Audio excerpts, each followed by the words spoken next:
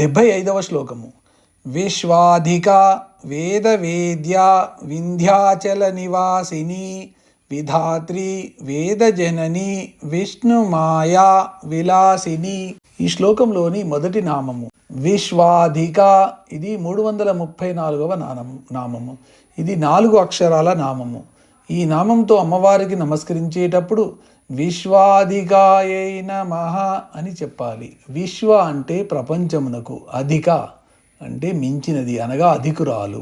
అమ్మవారు జగజ్జనని కాబట్టి విశ్వానికంటే ముందు ఉండి విశ్వాన్ని తనలో కలిగి విశ్వాన్ని సృష్టించి విశ్వాన్ని సాకి చివరికి విశ్వాన్ని తనలోకి లీనం చేసుకునేది. కాబట్టి విశ్వాధిక అనే నామము అమ్మవారికి వచ్చింది. అంటే విశ్వానికి నేపథ్యము అమ్మవారు. పైగా మనం చూసే విశ్వం అసలు 4వ వంతే.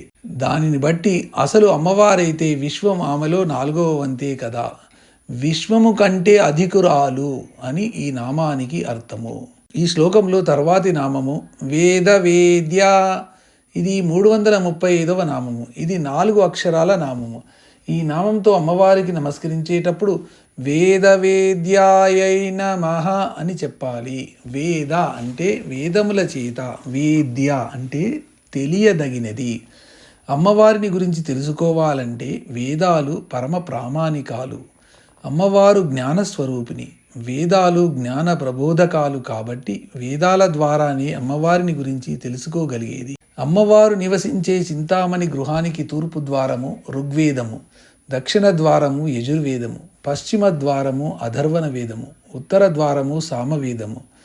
బ్రహ్మ విద్యాది మంత్రాలన్నీ ఈ 4 ద్వారాలకు బయటే ఉంటాయి. అమ్మవారిని చూడాలంటే ఈ మార్గాల ద్వారానే తప్ప ఇంకో మార్గం లేదు. కాబట్టి అమ్మవారు వేదవేద్య, వేదముల ద్వారా తెలియదగినది అని ఈ నామానికి అర్థము.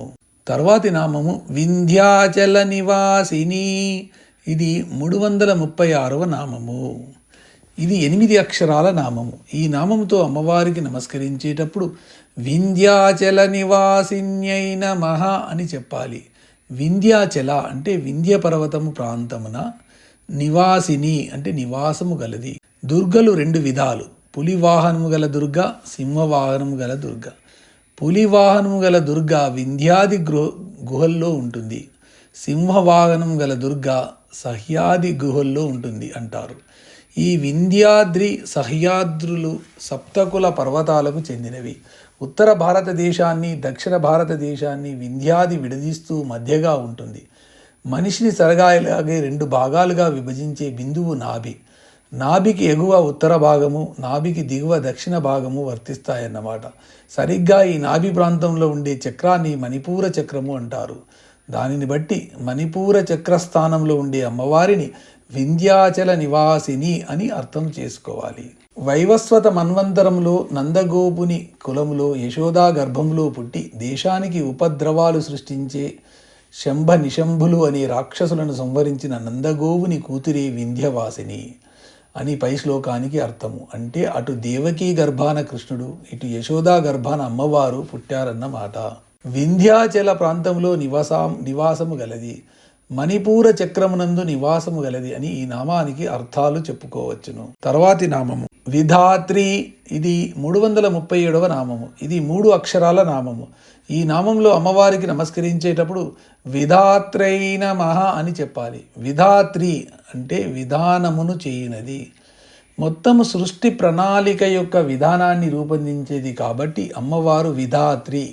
ఈ ప్రణాళికతో సహకరిస్తే మన పట్ల అమ్మవారు విధానముగా ఉంటుంది, ఎదురు దిగితే మన పట్ల విధిగా ఉంటుంది. సంసార భారాన్ని గృహస్థు ఎలా మోస్తాడో అలాగే విశ్వం యొక్క భారాన్ని అమ్మవారు మోస్తుంది. ఇది మామూలు విషయం కాదు. ఎంతో సామర్థ్యము నైపుణ్యం ఉంటేనే మోయగలిగే భారము. అమ్మవారు ఈ భారాన్ని చక్కగా విశిష్టమైన పద్ధతిలో మోయగలుగుతుంది కాబట్టి అమ్మవారికి విధాత్రి అనే నామం వచ్చింది. విశేషమైన రీతిలో విశ్వం యొక్క భారాన్ని బరువు బాధ్యతలను మోయునది అని ఈ నామానికి అర్థము. తర్వాతి నామము వేదజనని. ఇది 338వ నామము. ఇది 5 అక్షరాల నామము. ఈ నామంతో అమ్మవారికి నమస్కరించేటప్పుడు వేదజనన్యై నమః అని చెప్పాలి. వేద అంటే వేదములకు, జనని అంటే తల్లి. అమ్మవారి లక్షణాలను, లక్ష్యాలను, సృష్టి నిర్వహణ ప్రణాళికను, జీవన విధానమును గురించి వివరించేవి వేదాలు. అటువంటి వేదాలకు ఉత్పత్తి స్థానము అమ్మవారు కాబట్టి అమ్మవారు వేద జనని, వేదములకు తల్లి అని ఈ నామానికి అర్థము. తరువాతి నామము విష్ణు మాయా. ఇది 339వ నామము. ఇది 4 అక్షరాల నామము. ఈ నామంతో అమ్మవారికి నమస్కరించేటప్పుడు విష్ణు మాయాయై నమః అని చెప్పాలి. విష్ణు అంటే విష్ణుమూర్తి యొక్క మాయా స్వరూపిణి.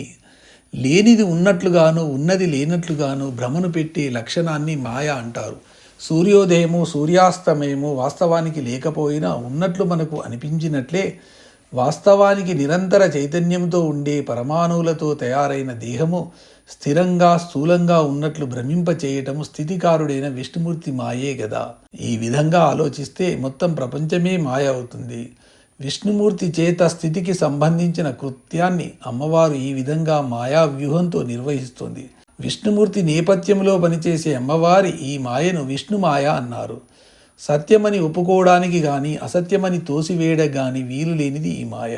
మమ మాయా దురత్యయ, అతిక్రమించలేనిది నా మాయ అని గీతలో కృష్ణుడు చెబుతాడు.